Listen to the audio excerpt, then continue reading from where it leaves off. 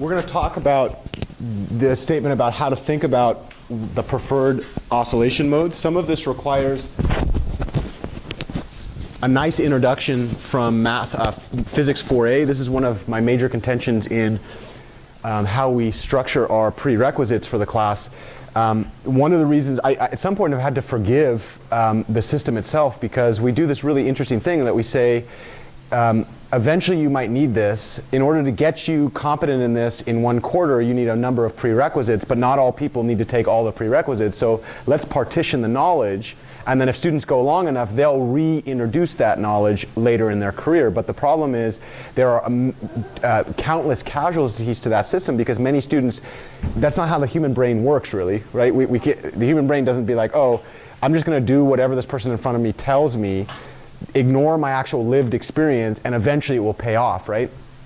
Usually humans have this tendency of wanting to be able to experience life on a day-to-day basis in order to make decisions based on those experiences, rather than trusting some other authority to tell us what our experiences should be, right? At some unknown future date. And so from that standpoint, this problem actually is a much harder problem than if we uncouple this, which is a pendulum problem. And so the concept behind this actually relies on some of the stuff that happens in what we call Physics 4a. But what I want to talk about is exactly what's happening here. If we take this video, so on the top of this you have those dots, you put a video up here.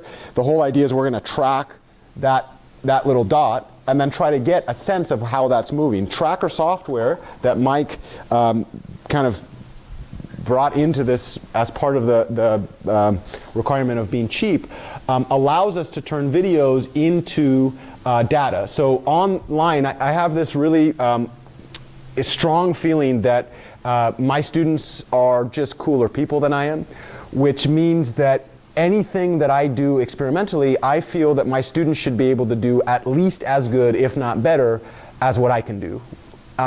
Another way to say that, some people call this reproducible science. There's some major issues with reproducing results. One of my feelings in all of the development that I've done around this activity, I actually want to provide every single bit of data that I use to produce the results to anybody who's interested, and allow you all to reproduce them for yourself. So from that standpoint, I've actually done a few things. The raw video of a different apparatus, I have a 7-foot one of these in my home. My son, I almost want to put him on one of these one time, but I decided not to do that. So the raw videos are here, the raw tracker file. So if you take this video, you put it into Tracker, and then you analyze it, Tracker will output a few different things. It will output a tracker file that represents everything having to do with Tracker. I have a nice video on how to do that online, in fact. And then I also have the analyzed data. So if you take the raw data and you analyze it, I provide that entire thing. So this is an example of a different apparatus. I actually like Mike's a lot better because it's portable. Mine is quite tall and it takes a lot of energy and physical labor to move it around. But the whole idea is we can put this thing into Tracker, right? So this is the raw data file, just those things moving. Once we do this,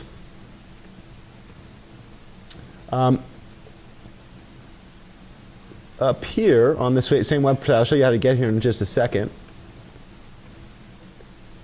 This is the setup of the experiment, because I want to be really clear. I'm about to show you a bunch of data, but I boot up Tracker, and then I literally just import the file, right? It's very similar to taking any media and importing it to any particular software program. Once I've imported that file, Tracker allows me, I get to choose any file that I want, to do some kind of cool measurement, right? Because the whole idea is I want to study this problem, which is where is the center of those masses at any point of time. I want physical data, aka measurements, to represent the exact location of those black dots, right? Really, really hard to capture that by eye. What Tracker does is it splits that into 30 frames a second, and then uses it actually uses least squares algorithm for image processing to tell me with really, really close precision automatically how many pixels are those things apart. So right now, what I can do in this program is I can set an axis, right? So I'm literally setting the XY axes. Can you guess what that allows me to do? Allows me to track movement along x and then movement along y, right? So literally, it's just, I'm literally introducing a frame of reference. Once I've introduced that frame of reference, the other thing that I can do, I don't know if you can see the little marks at the bottom of this thing. Do you see that those, like right here and right there? Those marks are exactly 10 centimeters apart. Meaning to say that I have a ruler that I measured those things as exactly 10 centimeters apart, and they correspond with pixels on screen. So Doug Brown, the man who made this software, recognized that if I have a length measurement that I know to be true in life, and then I can use the pixel difference and assign that length measurement, then I can actually assign length measurements to every pixel in the entire screen, right? So now what I do is I introduce what they call a calibration stick, and I say that this calibration stick is literally 10 centimeters, I always forget, 0.1? Yeah, because 10 times 10 is 100, right? PhD. Okay, so now I have an axis, I have a measurement, and what I can do is now tell Tracker that I would like to automatically track those black dots. So what Doug Brown allows me to do is I can put a little circle around those things, and I can say, I want that black dot. Please use image processing software that's based on least squares algorithms in RGB color analysis. I won't talk, that's a whole other thing. I have a whole set of papers waiting to be written on how to do image processing for students. And people have already done this, but I've never seen a really good introduction at this level, right? But that's a whole different thing. So the whole idea here is now I've told Tracker software I want that centerpiece, and now what Tracker's going to do, check this out. Each of these has a timestamp that is 30 hertz, 1 over 30 seconds. It now has an x coordinate and a y coordinate. These coordinates have to do with the entire pixel frame based on the frame of reference calibration stick that I put in at the beginning on those two marks, right? So at the end of the day, guess what I get out of this? I get a set of data, 30 data set points per second, that is accurate. I mean, we've thought a little bit about this. We've never done the full analysis in terms of like error analysis on what, I think within millimeters, within less than a millimeter, right? Because the number of pixels versus the size per pixel, it's pretty amazing, right? So what ends up happening is now this is collected data that represents the displacement. It is not a model. Right? This is actual physical data that is a little bit inaccurate, as all measurements are, right? But it represents the exact location of the center of mass at any point. What I can now do is I can run different experiments. I can start these things in different ways. So I can start the mode 1 analysis. There's mode 1. Mode 1 guarantees that the spring is not in action. Do you see the spring never changes its length in mode 1? Yeah, we'll talk about, meaning to say that these things might as well be uncoupled. They're literally just pendulums where the spring makes no difference, right? I can start in mode 2. This is actually quite hard to do. I've spent more than a few hours of my life trying to get a perfect mode 2 analysis, which I did not just get. But the spring is now in action in exact opposite form. And then I can do it in mode, mixed mode. So part mode 1, part mode 2. And the question is, now that I have the exact data that measures that data, what type of thing does that graph out? So the thing that I'll do is I'll show you. So online, there's a very, very nice, what you're seeing in these tables is the raw video and then all of the raw data plus the tracker file. So anybody that wanted to recreate this for themselves could just literally download all that stuff. Right? You don't necessarily have to build one of these, though I think building it is the most fun way to get introduced. And then the thought process is once you have this data, it takes a non-trivial amount of time to actually analyze it. So instead of making everybody do this, why don't I just provide that data for you if you wanted to see the analyzed data so you could run it for yourself. And that's exactly what you see here. So do you remember we did this whole derivation where we had x of t, u of t, x1, x2, etc.? This is x1 of t, so it's the position of mass 1 within the frame of reference, which is writing the x and y axis with the measurement, right? So that will tell you exactly where the center of mass 1 is. Could you guess what x2 of t is? Center of mass 2. Could you guess what U1 and U2 are? Set the displacement, and to get displacement, we actually let this thing, I think I let it run for 7 minutes and then took the arithmetic average of the center of location, which gives me the equilibrium point over that experiment, and then I subtracted away from all the positions that equilibrium point, which gives me the displacement, right? So now these displacements are measured, well actually they're calculated based on measurements, and then I can graph them. So these two graphs, the red is the left mass, the blue is the right mass, and then I'm not sure. Yeah, it looks like I didn't do those together. Can you guess what the problem now is? So here you're actually seeing the solution to this. That's a little unfair. I should have done them separately, but still working on this. The dots right here, do you know what those dots are? Physical measurements.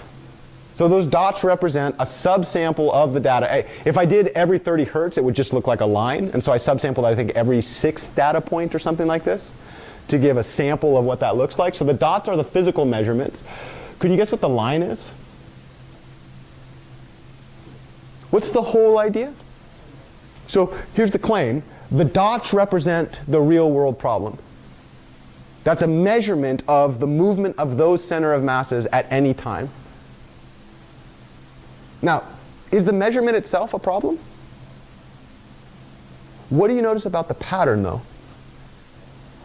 What does that kind of look like? Say it again. Looks like a differential equation. What's the solution of a differential equation? What type of object is it? Is it a scalar? What type of object is the solution to a differential equation? It's a function.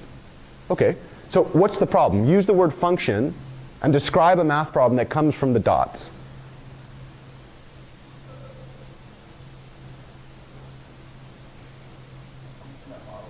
Yeah.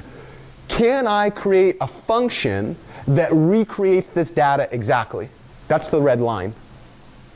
So the red line is actually, in the red line, or the red curve, I've already gotten the ideal model, solved the ideal model, produced the solution, and compared it to my data. Right? So from that standpoint, the question is, can I get a function to describe those dots exactly at where those are, right? And then what do you notice about the answer to that? Somebody has answered yes. It doesn't mean that you can answer yes yet, right? It's the whole idea of not trusting scientists until you confirm their work for yourself, right?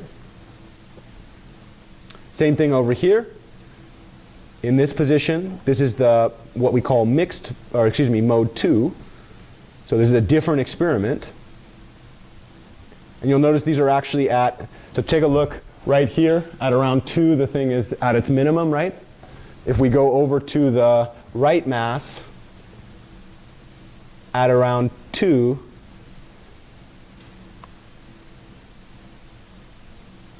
I think one of the issues there, God, I really wish I did this. Oh, there it is. I knew I did it. What do you notice? These are actually on the same graph. So this is x of t, not u. What do you notice on the one on the top and the one on the bottom? Look at the peaks on the one on the bottom and the trows on the one on the top. Yeah, they're anti-symmetric, right? Or anti-phased. And that's exactly what's happening in that. And then the thing that's really crazy, right? This is where things just get nuts. And in fact, I think this was actually I was not expecting this. I mean, I knew theoretically that this happened, but I never actually confirmed it to myself until we did this work. Have you ever seen such a function in your life? Question, do you think we could drop this on a 48A student? We should. We definitely should. Right? But if we're not careful, you know what we're going to do to that student, right? Chew them up and spit them out, right? Why? There's a lot going on there, right? There's transfer of energy. There's this concept that one of them gets larger and the other one gets smaller, and they seem to be kind of phased in that way, right? the thing I try to do, I know Mike, I need to be careful about this, but I think it's a nice demonstration. What you're seeing here, that data, if I represent that data on the same time scale as the red data, I can look at the movement of both masses as a system, and that's what you see here. And you're noticing the large oscillations in the right one correspond with small oscillations in the left one, and then as the spring kicks into action, so here we go, if I take this one and just move it, large oscillations over there, what are they? Small, but then the spring kicks into action because there's a coupling, right? And that spring moves that one out, and then what happens is the energy of that motion transferred over here. What happened over there? Small. Well, that's exactly what you're seeing there. Large oscillations in the left correspond with small oscillations on the right, and then it goes back and forth in between. And the claim of this is, well, those other ones weren't too bad. They kind of look like cosines and sines, right? Yeah, no problem, I can do that. But what happens when things get much more interesting and it's not a pure cosine and it's not a pure sine? Can I use some algebraic description to be able to get into an analysis that produces an exact function? And what do you notice? Yeah. I didn't come up with this theory, so let's be quite clear. This was not my mathematical discovery. It's not Jeff Anderson's mathematics, right? But I also didn't trust any of my teachers when they said eigenvalue stuff works, because I had no reason to believe that it did. The only reason I had to believe that it did is that the people in front of me seemed to be talking about it a lot, right? I don't even know if those people had confirmed for themselves. I think some people have, and those people then hire mathematicians to do the eigenvalue analysis, and then the mathematician produces the math, and then those people take that math and work on the physical problem, and the mathematician is blind to the underlying phenomenon, right? But I think that's not a really good way to introduce our young students to the concept of what's happening in your classes and why you're doing this. So from that standpoint, my claim is that getting a description of how those dots change over time, that description is going to be a function. That is the eigenvalue problem.